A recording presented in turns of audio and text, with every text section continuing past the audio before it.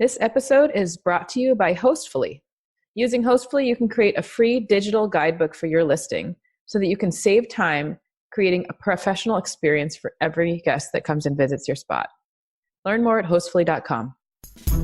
Welcome to Get Paid for Your Pad, the definitive show on Airbnb hosting, featuring the best advice on how to maximize profits from your Airbnb listing, as well as real-life experiences from Airbnb hosts all over the world. Welcome. Get paid for your pad. Get paid for your pad. Get paid for your pad. Welcome to episode 281 of Get Paid for Your Pad. Today I am joined by Zac Rushton. He is the host relations specialist and co-owner of Great Dwellings. And Great Dwellings is a company out of DC that manages around 80 properties. And I actually met the founder of Great Dwellings last year when I was in Los Angeles. His name is Carl, and I remember he told me he had about 20 units at the time. And so when I heard that they grew from 20 to 80 units in less than a year, I was very impressed. And I think, Zac, you are one of the people that's responsible for that amazing growth. And you are a specialist on host relations. So how do you manage the relationship with the owners of all the properties? And so that's going to be the topic of today. So Zac, welcome to the show. All right. Appreciate it, Jasper. I'm glad to be here. Absolutely. No, I'm excited. Man, it feels like it was just yesterday that I was sitting in Santa Monica having lunch with Carl. I just couldn't believe it that you guys have grown so much. Yeah. When I came on in March 2018, I didn't know what my job was going to be exactly. I actually I reached out to Carl and took a look at the Great Dwellings website, and I spent 48 hours creating this email that said, all right, I think I can help you with A to Z, and he took a look at the email and he said, well, I think I just want you to focus on selling to new clients. So becoming our host relations specialist and I suppose salesman as well. And that's what I did, and took a lot of the leads that were backing up and kind of ran with it. Awesome, man. Well, I'm really curious about what you have to say about, how do you keep those relationship with those clients good? As you may know, I'm organizing a retreat in Puerto Rico soon for large property managers and people that run over 25 listings. And so, this is something that I personally don't have experience with, but by talking to all the participants that are going to Puerto Rico, I've learned a lot about how people run these businesses, what the challenges are. And one thing that pretty much everyone mentions is the relationships with the owners, right? That's a challenge that everybody has. Like, how do you keep the owners happy? And how do you get the owners to trust you and just, let you do your business and let you do what you do best, which is manage their units without interfering too much. Everybody who manages a lot of listings usually runs into that problem. And so I'm really curious to what you have to say with that. So how do you keep your owners happy? Or can you kind of walk us through the entire, let's just start with the onboarding process. Yeah, absolutely. So as you mentioned, keeping the owners happy is a huge thing. When you bring on a property owner, they are going to be very sensitive and possibly demanding, micromanaging in that first month. That's what we found. They are checking up on you for every little kind of thing. They're handing over their baby, I suppose, in their property, whether it's a second home or their basement unit, which is very popular in DC where we're based. They don't know, if they can trust you. They've read our Yelp reviews. Maybe they've talked to other owners, but it's still hard for them to completely let go of the reins, right? So what our focus is during that onboarding process is to set expectations and give them as much information as we can so that they know what that first month looks like. And we have an onboarding document which kind of describes what our receptionist team does, what our cleaning team does, what their payout schedule will look like, and understanding their owner statement. That's a huge thing. A lot of owners who were previously managing the Airbnbs themselves, they're used to getting paid after every single reservation. right? Or possibly even before. And so at least the way Great Dwellings does it, we collect the entire revenue and then every 2 weeks we pay out. So you have to get them used to, you have to wait maybe 5 days after a 2-week cycle to get that payment. So all in all, it's really just providing them with as much information as possible so that you don't have to be answering all these emails every few days asking, all right, where are my payouts? Hey, when are the cleaners coming? Whatever it may be, try to get ahead of those questions by making your onboarding process as clear as possible. And are most people who you manage their properties for, are they people who have never rented out short-term before, or are they usually people that used to do it themselves and now they kind of want to outsource everything? Yeah, I think in the past 5 years, it's changed pretty dramatically. I think if somebody was applying to Great Dwellings in 2015, it's likely going to be someone who has no experience with short-term rentals.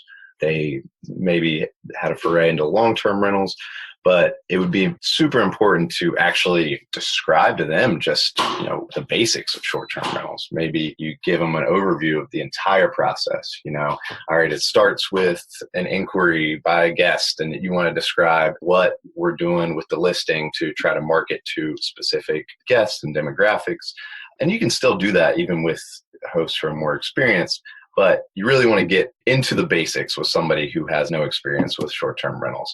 Just make them feel comfortable with the whole process. Now, in the past year, 2 years, everybody knows what short-term rentals are, or at least they know what Airbnb is, right? It's become kind of the Xerox of the industry, or Kleenex. People use it as a verb. I'm going to Airbnb this weekend, just like you would say, all right, why don't you Google that? So a lot of the newer hosts now, they're more familiar with the process. And a lot of the hosts just are tired of doing it themselves. Maybe they're already a super host. They're super familiar with the entire process, but they just want to have their hands off, and we want to give them back their time. So describing to them the onboarding process is much easier. We still want to do it because there's specifics on the way Great Dwellings does things compared to how they do things. But the onboarding calls are going to be much quicker and more efficient. Do you customize for specific clients, or do you have one sort of way that you work? Like, for example, with the payments and the statements, or if a client says, hey, I really want to be an exception and I want things in a different way. Do you accept that, or do you just tell the client, well, sorry, this is how we work, and if you're not happy with that, then you should find another company?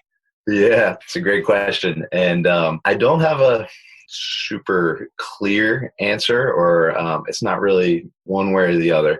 It does definitely depend on the client, but we have realized that as you scale, going from 20 properties in March of 2018 to 75 to 80 now, it's tough to break the processes for one client or a handful of clients because it messes up the entire stream of your workflow.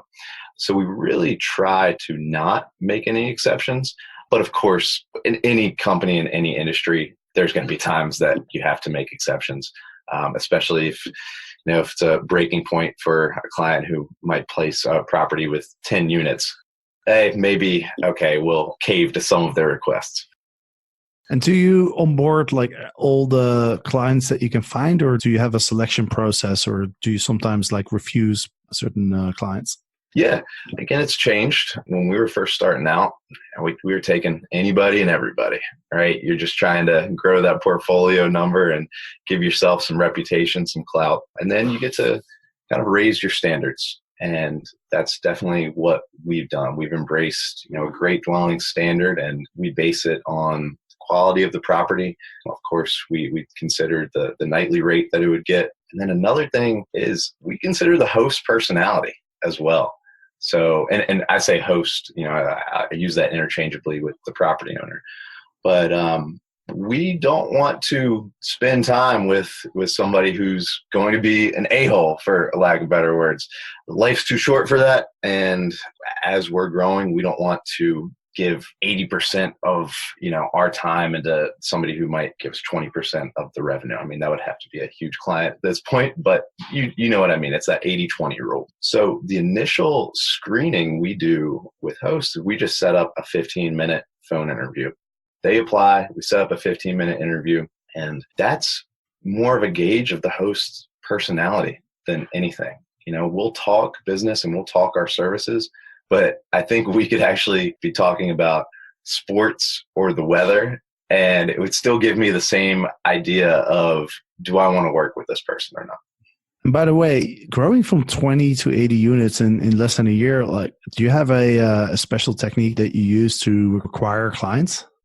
So we mainly use SEO. So we boosted that quite a bit. So if somebody Googles Airbnb property management DC, will come up in, I believe, the first 2 search results. I don't think we're number 1. I think we're number 2. But we're looking to get that number 1 spot.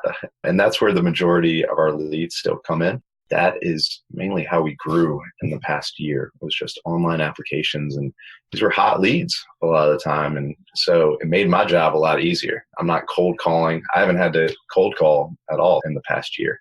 The leads come in, I follow up with them. We have our screening process with that initial phone call, and then we'll do a walkthrough of the property. Things look good. Some of the properties we walk through, it's just made for an Airbnb. The design's amazing. The furniture is great. They're good to go, and it makes our job a lot easier in the onboarding process. There's some others where you walk in and you're like, okay, there's definitely going to be some work that needs to be done here.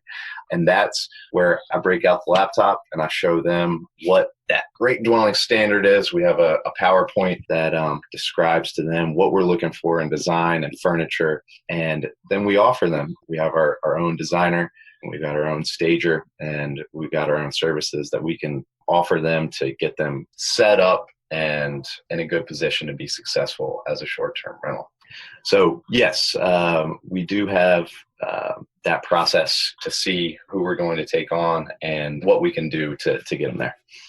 So when you find a property that's not up to the standards of great dwellings, and you get your interior designer in, you get your stager in, does the client then make the investment to kind of upgrade their property?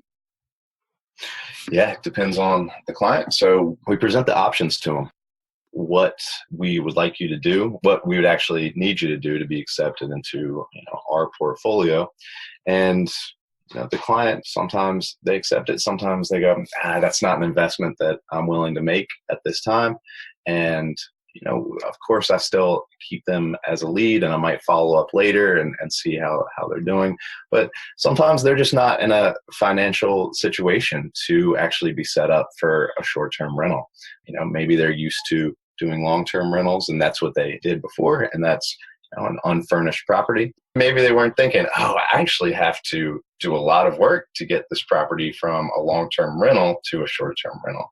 Furnishing, adding in all the essential items like extra sheets and duvet covers and paper towels, all those sorts of things to get ready for a short-term rental. So you might follow up with them, or some people are ready to go and they're ready to do it and they jump right in.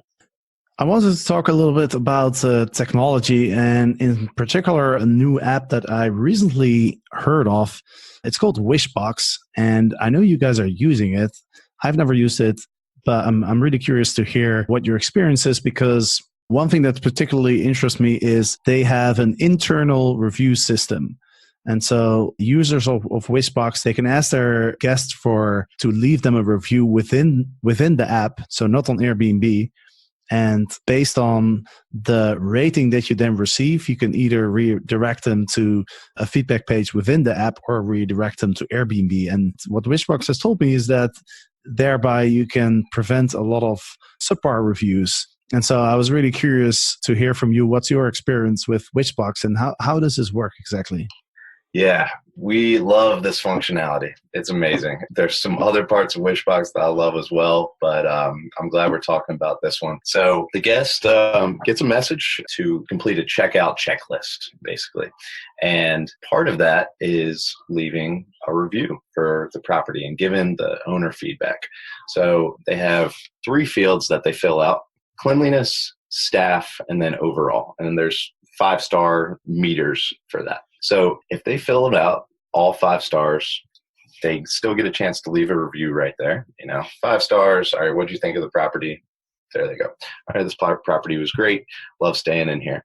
So then Wishbox will give them a link to the Airbnb page. and it'll ask, all right, thank you so much for your feedback. Would you mind leaving a review on our listing as well? It'll help us out. So they're likely going to click on that, and they're going to maybe copy and paste what they put in Wishbox and put it onto Airbnb. If any of those ratings were less than 5 stars, it'll still give them a chance to review.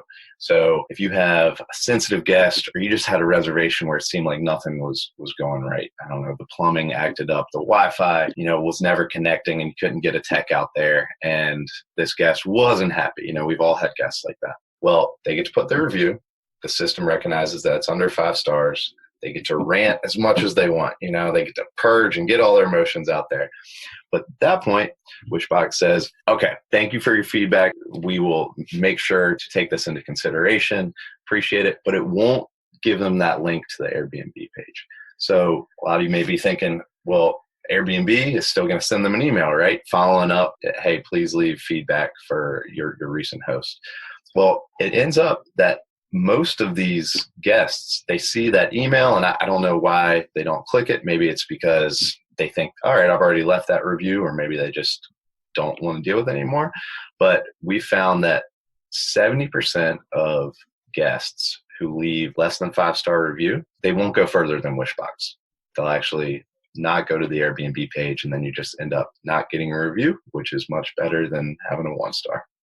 Interesting. So you're preventing 70% of the less than 5-star reviews, essentially. Yeah, which that's incredibly valuable, especially seeing that last review sitting up on the top of your review section on the listing. I mean, everybody hates that.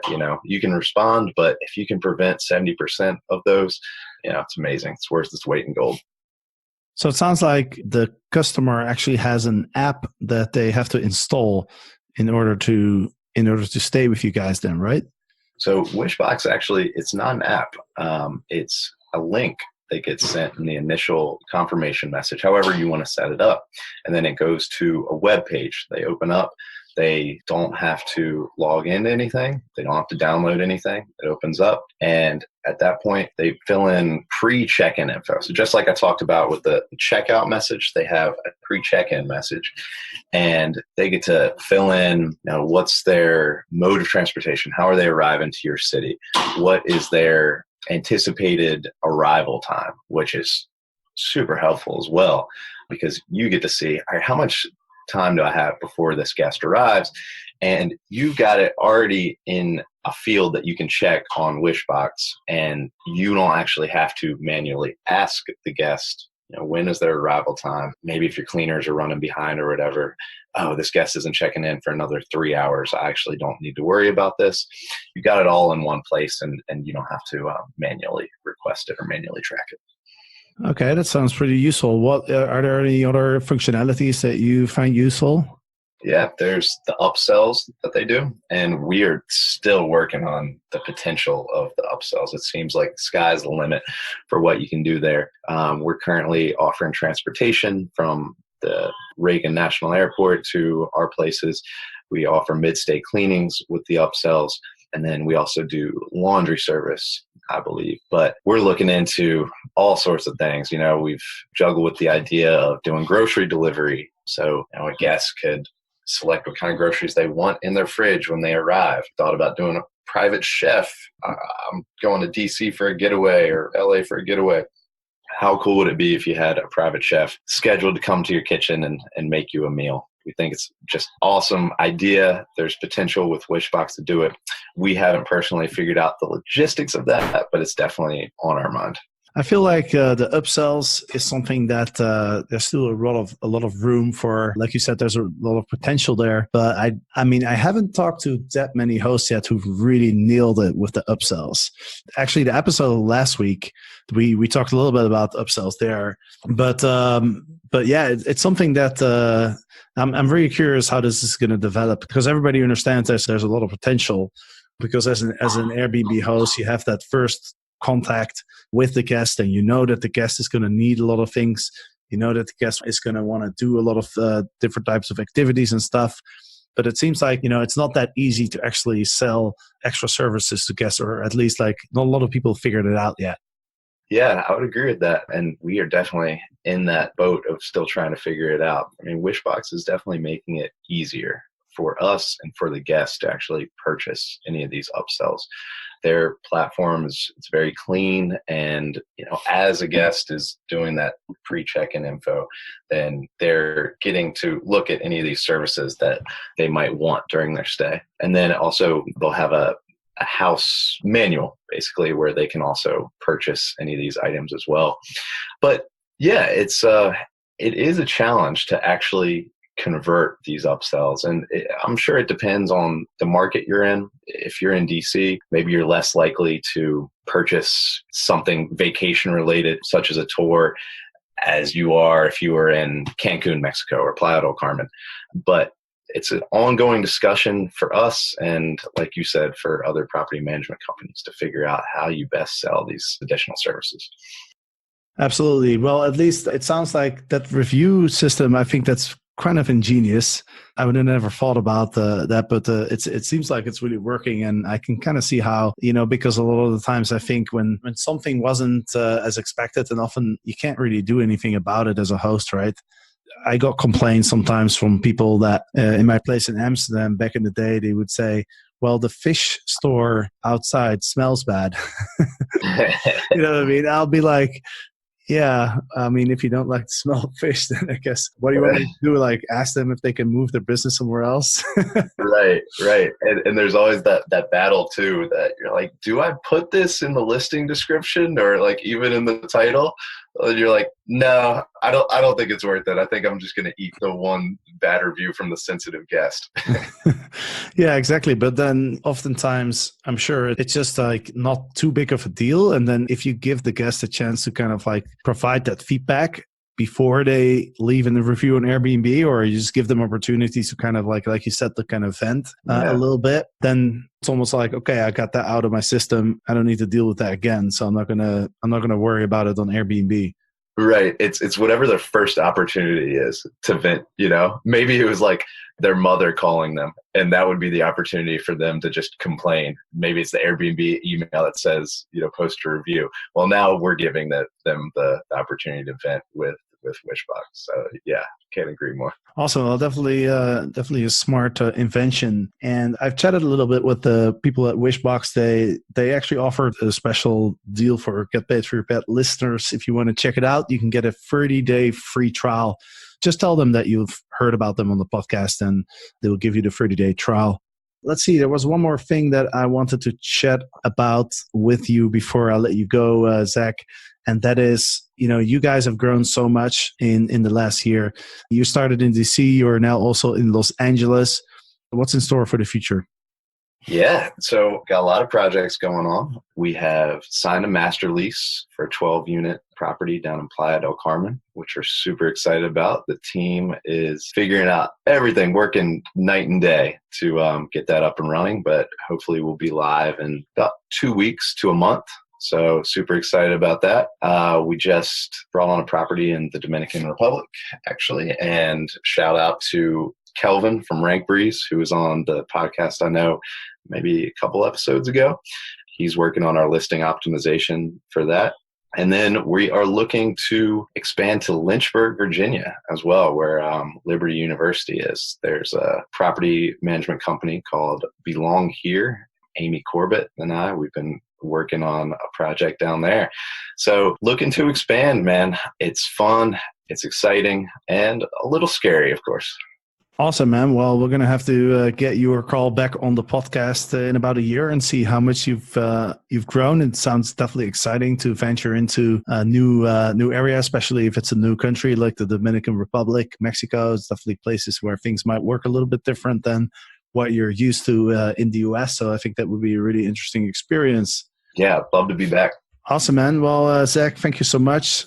So again, you're the host relations specialist and co-owner of Great Dwellings. And for people who are interested in staying in Washington, D.C. or Los Angeles, or just are curious about what you guys are doing in terms of your business, you can check it out, greatdwellings.com. So thanks, Zac.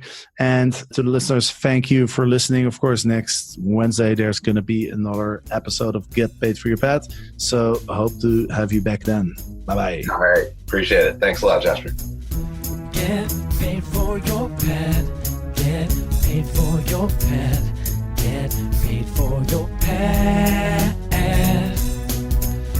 Get paid for your pet. Get paid for